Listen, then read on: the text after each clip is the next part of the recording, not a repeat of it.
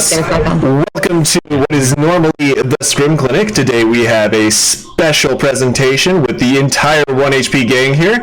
As you guys can see, we've got Matt, Caitlin, and Mr. Jake the Snake Middleton. Jake the Snake. We will be talking about some questions coming from the Patreon at 1hp.org. If you guys are interested in submitting any questions for future episodes, make sure you guys are checking out the link. So, Matt, why don't you go ahead and get us started here? As I was saying, this is our very first patron-specific Q&A, and we had our patrons submit some questions. And the topics today that we're going to be covering are nootropics, as well as a supplemental exercise that you guys can do if you have Falcon Thumb, or what I call Dequervains, or what we know in the medical community as Dequervain, Tenosynovitis. And I will probably turn back my camera on when I'm demonstrating the exercise. But let's get to the first question. And this question is from one of our patrons, Percy. And his question was a little long, but I want to make sure that everyone hears it. He was wondering about performance drugs or nootropics and how companies have been advertising pills, powders, drinks for gaming performance, and those are things like G Fuel, Rogue, and even more unique ones like Advanced.gg that sell similar formulas, but also add things like Noopept that enhances our brain's productivity. But again, some of these side effects aren't known well, even though Noopept itself has been studied quite well, and we can talk a little more about that through some of our answers. There's also another company called eAthlete, but the big question is, are nootropics worth it, and should you avoid them? And then some supplemental questions on top of that. Is there anything similar to these vast selections of widely accepted products from the fitness group scene and the fitness group industry that are targeted for gamers, and would that boost productivity? And as a last part of his question, he also asked if Adderall is something that is if Adderall is something, or if there's an alternative rather to Adderall, because Adderall is something that's very present in the esports scene, that's utilized for a lot of performance enhancing and cognitive enhancing for its cognitive enhancing benefits. So I'm going to be starting, and basically I think it's really important for us to understand the basics of nootropics. So again, I want to touch on the first question that you asked, Percy, which is it worth it, and should you avoid them? And I think we have to better understand what nootropics are first before we can really dig into that. Just to summarize, nootropics are supplements that are meant to change the function of our brain in ways that affect our ability to think well. And you can think of it as affecting three major things. One being neurotransmission, how the neurons talk to each other, signaling between them. The second part being bioenergetics, how the brain uses energy and metabolic products in our brain. And the last part being neuroprotection, so how these supplements protect our brain or nerves from damage or dysfunction. So there are supplements that typically target those three things, and those lead to things like improved memory, alertness, attention, all the faculties that determine intelligence. And there are those direct and indirect effects of better transmission, or better metabolic use, or better protection from damage and dysfunction. And I think for a better practical understanding, we can kind of separate it into two major categories. One being, are they stimulants, and the two being, are they calming or anxiolytic? And some of the examples of the stimulants are things like caffeine, Adderall alternatives like modafinil, Drafinil, DMAA, Kratom. Some of the calming ones are L-Theanine, ashwagandha, and Bacopa monieri. I think that's how you pronounce it. But those are sort of the two major categories for practical uses that I would think about. And to get back to the question, are they worth it? I think it's really important for you to understand, what are you trying to achieve? And you can think of, do I want a short-term gain, or do I want a long-term gain? Most of the supplements that I've done research on in the past, things like alpha-GPC, lion's mane, Noopept, huperzine, L-carnitine, those seem to be more of the long-term benefit. And what I did myself was I would buy a lot of the powder by myself, look up the research, identify the appropriate dosage, make my own capsules, and I did a pre and post test to identify to see whether or not there would be improvements in things like memory, working memory, reaction time. And I found that for some of the longer term, and this was for a 6 to 8 week period, I did that test, and I really didn't notice too much of a difference taking those, and it was specifically using things like lion's mane, Nootropics, Huperzine, alpha GPC. So it's harder for me to recommend some of the longer term ones, but for the shorter term ones, there's definitely immediate benefits that you can notice. And right, those are things like caffeine, the L-Theanine, and ashwagandha, and bacopa monnieri. They allow you to really more quickly realize the effects of calming, or more quickly realize the effects of being stimulated, that will allow you to think more quickly. But I think one of the most important things that we also have to realize is treat nootropics or any sort of supplements as a way to allow you to enhance what you've already built for yourself in terms of game knowledge and mechanical coordination. So it allows you to reach what would be your 100%, not anything past that.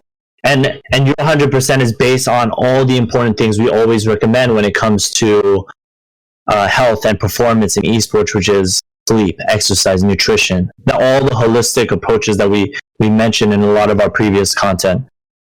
So, yeah, I mean, I think hopefully that sort of gave you a better way to look at whether or not nootropics in general is worth it, and whether or not you can decide whether or not you want to avoid them or not, because there are some of them that don't have as many side effects. Some of them have more clear side effects, but it really depends on the research that's out there. And I know a lot of Elliot and what Kate and even what Jake will be talking about will be some of those details. So, Kate, maybe you can touch on some of the other parts of Percy's question.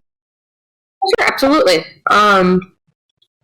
So I do want to reiterate, though, kind of as we're starting with this question about performance-enhancing drugs or materials in any capacity.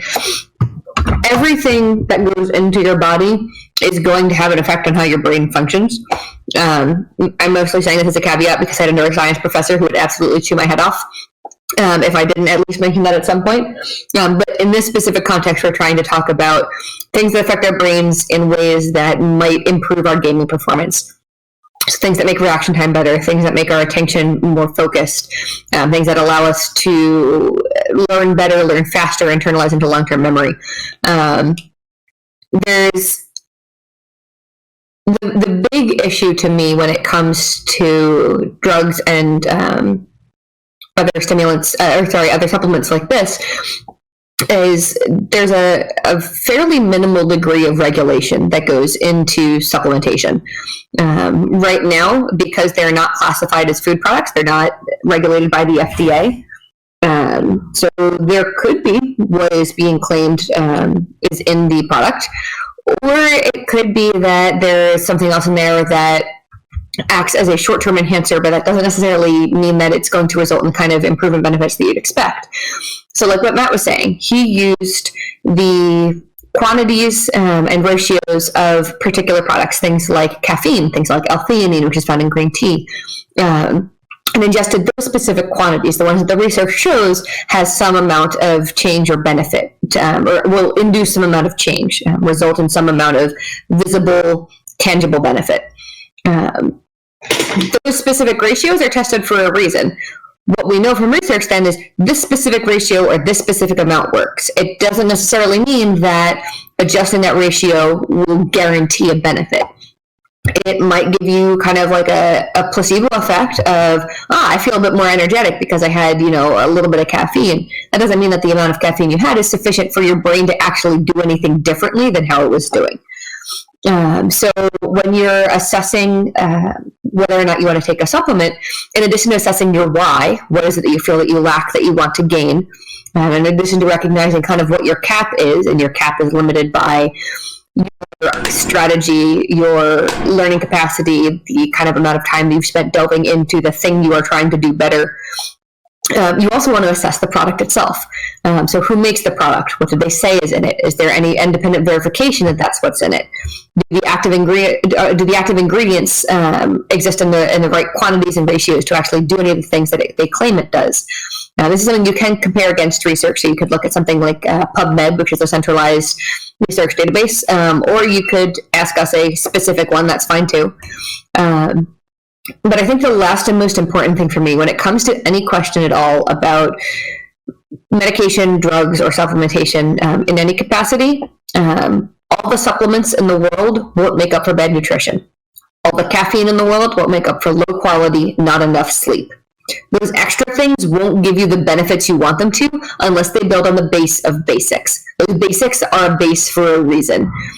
Things like adequate sleep of good quality, things like adequate nutrition of a balanced diet, things like adequate hydration, things like actual practice time spent on your game, things like working on your mindset, on your focus, things like making sure you expand your heat meter, as we call it, by expanding your physical capacity to compete via your endurance. If you aren't addressing those base things, there isn't somewhere extra that those supplements are going to take you. You're really only going to see the kind of gains that you're looking to get out of supplementation if you're also kind of doing all of the right bases for it to build off of. Your brain just won't. Your brain doesn't magically become better because you take a supplement that says it's going to be better. Your brain functions better when those basics are met, and it might function even better than that with a supplement on top of the basics. But the supplement isn't going to make up for a lack of the other things. And I think that's really, really key. When it comes to Adderall specifically, I want to pass this one over to Elliot to talk a little bit about kind of what its intended use is, what its off-label, and off-label doesn't mean illegitimate. Off-label could just mean prescribed for a non-primary use, what those uses are, and what it's supposed to do versus what it may actually do. Right. Thanks, Caitlin, and I agree with a ton of what you said there, especially about how that none of these supplements are going to actually give you something that's not already there. And we're going to talk a little bit more about how these drugs work and how they give you the effects that they say they do, because if you look at the research when they test the specific effects that they're supposed to look at or they're supposed to improve, you really don't see a lot of positive results. So these changes have to be coming from somewhere. At any rate, though, we will be discussing Adderall. As part of the question, it was asked, also, as some know that Adderall is something that is and was present in the esports scene, are there any alternatives that do not have any side effects? Short answer is going to be no on that, and I'm about to give you the long answer here. So first of all, let's talk about Adderall. Everyone has, I think, pretty much heard about Adderall in one way, shape, or form, whether you're a struggling college student or a professional gamer. The substance has probably come into the conversation at some point. It is a prescription drug for treating attention deficit hyperactivity disorder, also known as ADHD, and the drug's name is amphetamine dextroamphetamine. So it kind of works like other drugs called Ritalin and Concerta, but it's not the same as those drugs, so it is a different substance. All of these substances are kind of what they call Schedule II drugs, so that means they provide a positive medicinal effect, but they have considerable abuse potential, and that's kind of laid down by the FDA and the federal government. So not that those definitions are strictly across the board, it's just what they have available to them given the research that has been performed. So other drugs in this class of stimulants are meth, coke, nicotine, caffeine, and a variety of other drugs. They all work in a similar kind of way, and they act as a stimulant. They have varying degrees of intensities, and Adderall is more or less kind of a mid-tier stimulant. And we all know how much I'm a big fan of making tier lists, so maybe you can expect to see one of those coming up soon. Also, there are dangers associated with Adderall. These dangers include things like addiction, the come down at the end of the session, tolerance to the actual drug itself, requiring you to need more and more of it, There's heart health risks. They seriously act on what's called your sympathetic nervous system, which is kind of your fight or flight system, and that puts a lot of stress on your heart, especially long term. It can have effects related to dehydration, kind of playing off of that sympathetic nervous system issue. When your blood pressure goes up, your body responds to the increased blood pressure by getting rid of water. So you need water. You're made of it at least 60 to 70%. So it's very important for all the functions of your body. We have another article related to that coming out very soon as well, so keep an eye out for that. But Adderall does in fact dehydrate you due to its cardiovascular effects. Mood disturbances have also been reported, as well as sleep schedule problems and things of that nature. And there's some even more serious side effects that are associated with this drug, including things like psychosis, heart attacks, cardiomyopathy, that means problems with the actual muscle of the heart, and even sudden death. So there's definitely a lot to take into consideration. Even if those things only happen once or twice, they still report them as potential side effects because they have to be transparent with their reporting.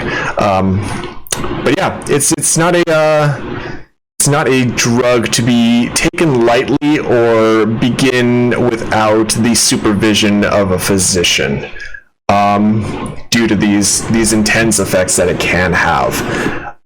With that being said, if you legitimately do find yourself needing it, make sure you're taking it as directed by your physician and the bottle. Make sure you're communicating if you're starting to feel any of these side effects taking a hold of you. But there are benefits for taking it off-label that many people try to capitalize on. And again, not necessarily condoning taking it off-label, but just being transparent here with why people do, in fact, seek these out. It does give you a sense of euphoria, this high feeling. And that's coming from the release of serotonin, dopamine, and adrenaline, which are all chemicals that swirl around in the brain and kind of contribute to that cocktail of happy that comes along with these types of stimulant drugs. And it's also why they become addictive, because you try to chase that same rush over and over and over again. And that's where the real problem can manifest itself. So other things that people have reported: increased alertness, improved focus, decreased reaction times, as well as delayed fatigue. So there's some data out there that kind of takes a look at these claims that people have been making about how this drug has been affecting them. And one study that I looked at reviewed data on prescription stimulants as neuroenhancers from 40 laboratory studies, and this was in healthy, non-elderly adults, so kind of our gaming population. People that don't actually have ADHD were the ones that were studied here. And the evidence suggested that the declarative memory, so kind of like the what, not necessarily the how, was improved over time, and it had a little bit of effect in the consolidation of memories. So what they really find here is that people that are taking these supplements that don't have an ADHD type of issue are improving what's called rote learning. So that's just your ability to memorize facts, names, dates, like think history class. So it could be beneficial for repetitive type movements if you're trying to ingrain some type of muscle memory, as it is colloquially referred to, but not necessarily going to improve your game sense in any kind of meaningful way. So we also looked at a study that looked at motor skills in drivers. I'm not sure exactly what type of drivers, truck drivers, NASCAR drivers, they just looked at driving motor skills. And the evidence there showed that low-level amphetamine-related enhancement of function was present, but there was also evidence of less conservative movement estimation that might contribute to amphetamine-related road fatalities. So what that means is that there was improvement in motor performance, but that motor performance was also kind of erratic and overestimated. So if you imagine trying to play an FPS and you're trying to hit your flick shots, you might find that your actually flicking past your target a little more often than you normally do when you're taking a stimulant like this. And that's not what was studied in this particular study, but that seems like a reasonable extrapolation to me. So as far as neurocognitive, autonomic, and mood effects of Adderall, a pilot study that looked at healthy college students determined that the Adderall had minimal but mixed effects on cognitive processes relevant to neurocognitive enhancement. Those were the small effects, and substantial effects on autonomic responses. So that's kind of like how your body responds to things, your fight or flight, or your rest and digest systems. Subjective drug experiences were enhanced, so that's the patient or the participant's perception of how the drug is affecting them. And it changed positive states of activated emotion. So that kind of goes to show that the present findings indicate a disassociation between the effects of Adderall on activation and neurocognition, and more importantly, contrary to common belief, Adderall had little impact on neurocognitive performance in healthy college students.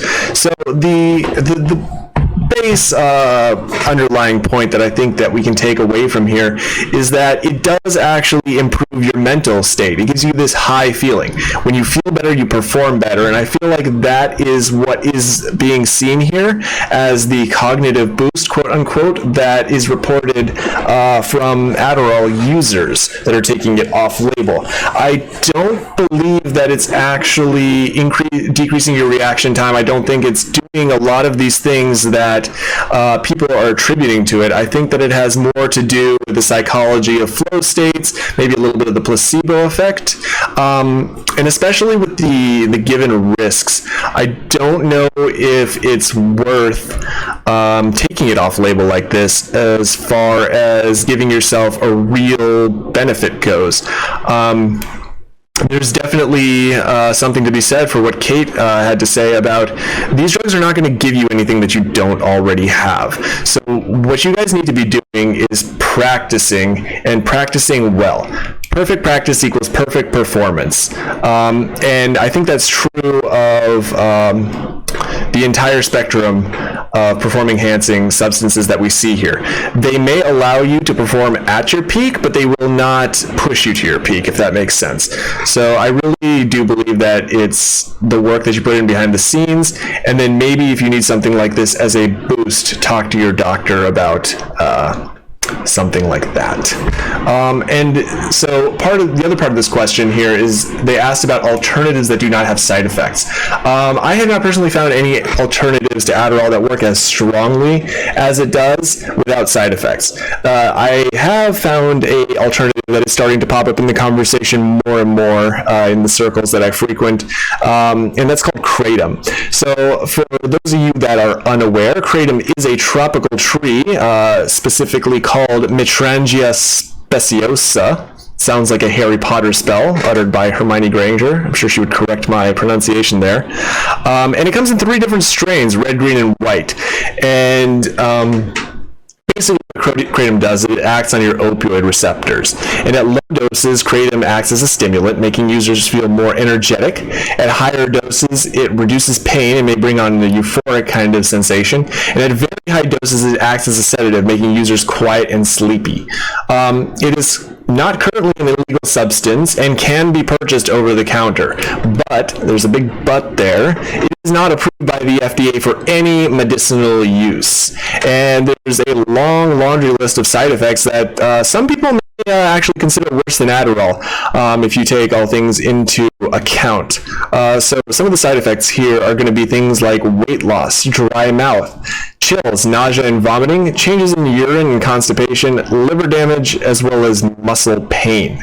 More serious side effects associated with this substance are dizziness, drowsiness, hallucinations and delusion, depression and delusion, breathing suppression, seizure, coma, and death. And I imagine those come on with the more the higher doses, considering it is a sedative at higher doses. So I think reasonably you shouldn't run into those types of side effects, but definitely not worth the risk. So yeah, I definitely have a lot of the same types of feelings about Kratom that I do Adderall. It probably is not going to give you the big cognitive boost that you think it's going to, and may help improve some of these kind of like flow states that we see with improved performance, but I don't think the studies really show that either. But at any rate, I think Jake wants to talk a little bit more about if it's worth it or not. So I'll hand this on over to him. Yeah, thank you, Elliot. So getting back to the question, are they worth it or should you avoid them? It's definitely a good question. And the first thing for me is always do your research and ask questions before buying a supplement, whether that's with your healthcare provider or health professionals like us. And in terms of are they worth it, the first thing is like everyone else has said, they pretty much hit most of the points that I was thinking of, but it's like, why do you need that supplement? For most people, it's improving their health or fitness. In gaming, of course, that's improving performance. So the important thing, though, is just like what Kate said, is having a solid foundation, focusing on a healthy lifestyle first, with exercise, nutrition, and sleep. There's tons of research, well supported around all of those things that can improve cognitive performance and all the other aspects that go into esports performance.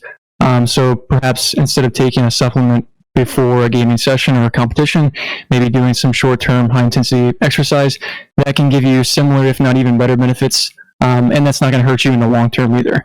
In terms of nutrition, definitely making sure that you are eating or consuming all of the essential nutrients that you need to be getting, vitamins and minerals, because if you're deficient, there might be areas where you can improve. The thing I can think of most right now is there's a study that was taken with the ZMA, which is zinc, magnesium, and usually vitamin B6, some other compounds too. And they did that with a college football team, and they found that it increased testosterone levels. But other research has shown that ZMA doesn't actually increase testosterone levels. And so the most likely culprit most people think was because those players were deficient in magnesium. Magnesium is super important in over hundreds of different metabolic processes in the body, and most of the population is actually deficient in magnesium as well. So if you're not getting a certain vitamin or mineral in a certain amount on a daily basis that you need to be getting, you can see benefits from just doing that. So focus on making sure you're getting those essential nutrients first. You're focusing on exercise, getting good sleep. That's going to give you tons of benefits rather than just opting in for the quick fix with a nutritional supplement. Also, in terms of like doing your research and figuring out like a product that you would want to get and understanding if it's safe and effective, there are a lot of useful sites that you can utilize to look up like individual ingredients. One is examine.com, and then the important thing to understand too is there's a lot of brands out there that are now getting into the gaming space, and they have different compounds that are well supported by research, but they throw them all into this cocktail of a supplement. And it's important to understand that when you throw a bunch of different substances together, they may have different interactions in the body.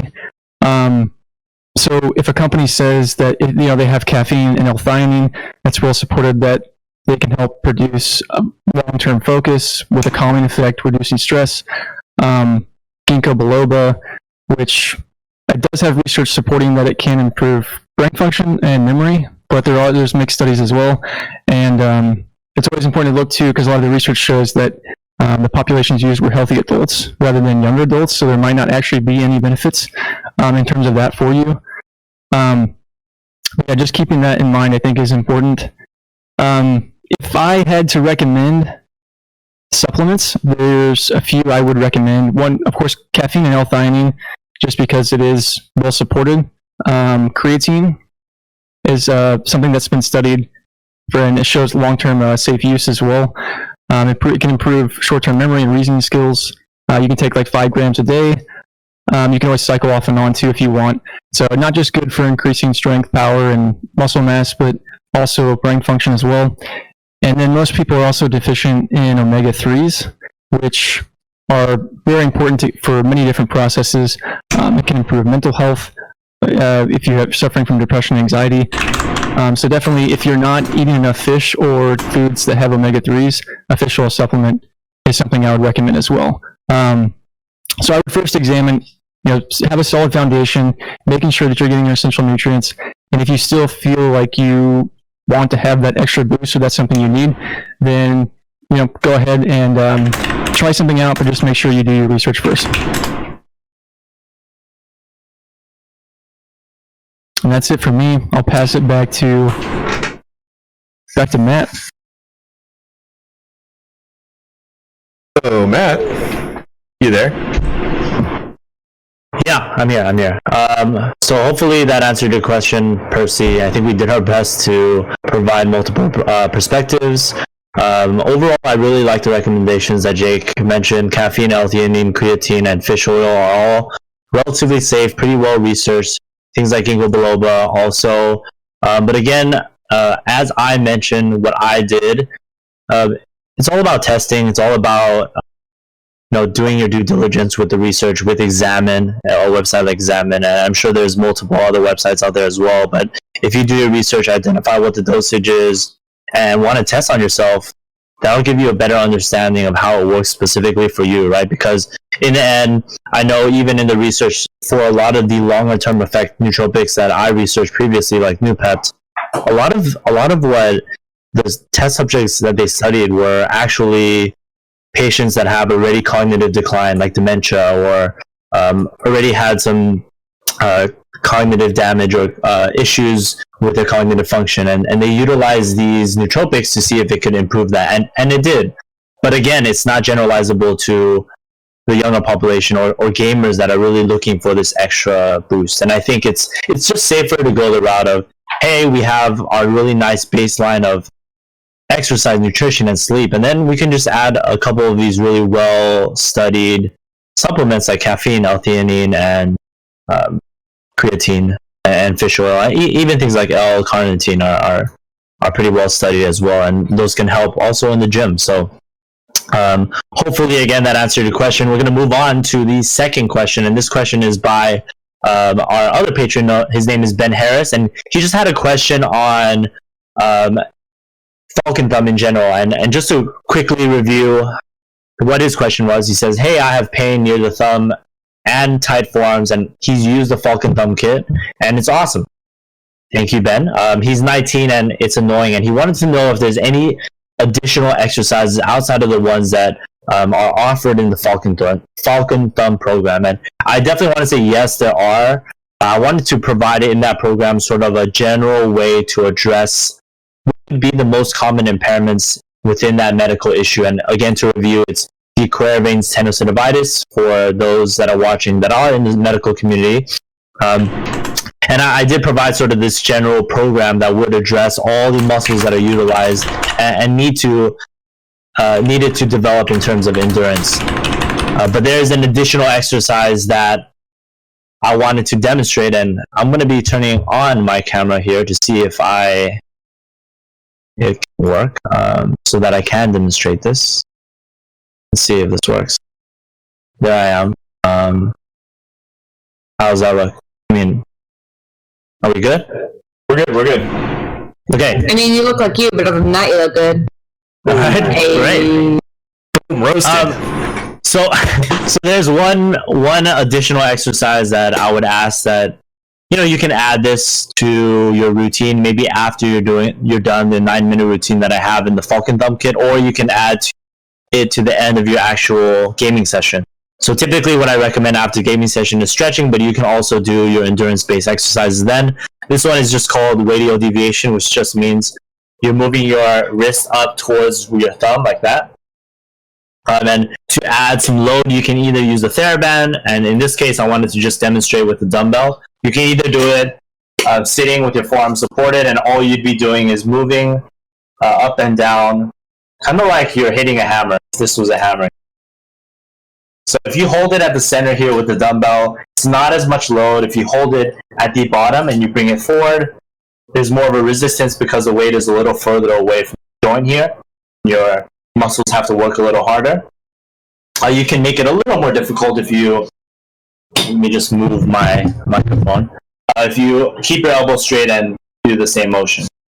So doing that same thing. So there's a lot of different ways to do it. You can do it sitting, doing this, as long as you're maintaining that fist and moving it up towards your thumb, which again we call radial deviation. And the best way that I like to recommend doing a lot of the tendon-based exercises, move at a specific cadence of 3 seconds up, 3 seconds to move up and 3 seconds to go down. So an example is, if I make it a little harder, so if I start here and I want to move up, 1, 2, 3, and I go down, 1, 3, 1. So I repeat that for 3 sets of 12, and just so that everyone knows and is familiar what Falcon Thumb is, it's actually pain when you have pain in the region over here.